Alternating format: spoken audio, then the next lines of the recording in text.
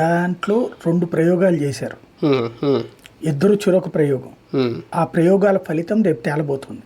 దేశానికి సంబంధించి భవిష్యత్ ప్రయోగాలు దాని ఆధారంగా ఉంటాయి. ఒకటి INDAA కూటమి త్రిబుల్ M ఫార్ములా పాటించారు. మరాఠా, మైనారిటీ, మాదిగ సామాజిక వర్గాలు మూడింటిని ఒక చోట కలపడం అన్నటువంటి ప్రయత్నం అక్కడ తద్వారా గెలవాలన్నటువంటి వాళ్ళు ప్రయత్నించారు. అదే సందర్భంలో కుల విభజన కాకుండా హిందుత్వ అన్నటువంటి దాంతో ఉందామన్నటువంటిది వీళ్ళ ప్రపోజల్. విడిపోతే కలహం జరుగుతుంది, విడిపోతే రక్షణ ఉండదు. అందుకనే కదా అతను మాట్లాడింది, బటేంగే కటేంగే లాంటి పదాలు వాడింది. ఎవరు యోగి ఆదిత్యనాథ్ విడిపోతే నాశనం అవుతాం, కలిసి ఉంటేనే గెలుస్తాం అన్నటువంటి కాన్సెప్ట్ని వాళ్ళు ప్రొజెక్ట్ చేయడం వెనకాల అది కులాలని చీల్చే ప్రయత్నం, ప్రాంతవారి భావన అన్నటువంటి కాన్సెప్ట్, దాన్ని వీళ్ళు రైట్ చేసుకొచ్చారు. ఈ 2 ప్రయోగాలు ప్రయోగశాలగా మారింది మహారాష్ట్ర ఈ ఎన్నికలు.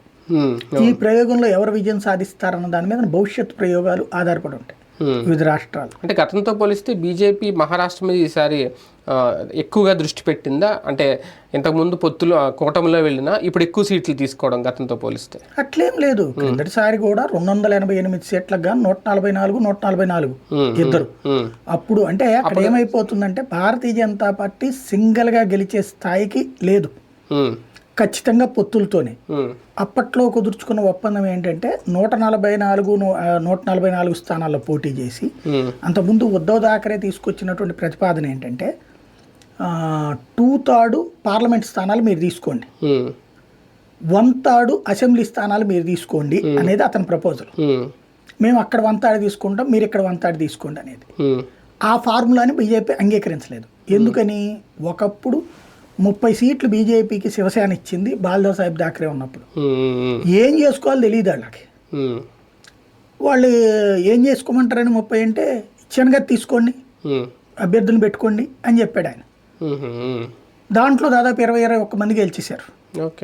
అప్పుడు బీజేపీకి అర్థమైంది ఏంటంటే బాలాసాహెబ్ థాకరే విన్నింగ్ రేట్ ఏమో అప్పుడు 45-50 ఉంటే బీజేపీ విన్నింగ్ రేటు దాదాపు 70-80 ఉంది. అది గ్రహించాక హిందుత్వాన్ని అంగీకరిస్తున్నారు కానీ మొరటతనాన్ని అంగీకరించట్లేదని గ్రహించింది. అంటే సాఫ్ట్ హిందుత్వాన్ని అంగీకరిస్తున్నారు కానీ హార్డ్ హిందుత్వాన్ని అంగీకరించట్లేదు, సాఫ్ట్ మరాఠాన్ని అంగీకరిస్తున్నారు కానీ హార్డ్ మరాఠాన్ని అంగీకరించట్లేదు మహారాష్ట్ర ప్రజలని గ్రహించి అప్పటి నుంచి నిదానంగా స్టెప్ బై స్టెప్ ప్లాన్ చేసుకుంటూ వచ్చింది. 30 నుంచి తర్వాత 50, 70, 100 ఇట్లా తీసుకుని చివరికి పొత్తు లేదు అనుకుంటే ఉద్ధవ్ థాకరేతో ఇండివిజువల్గా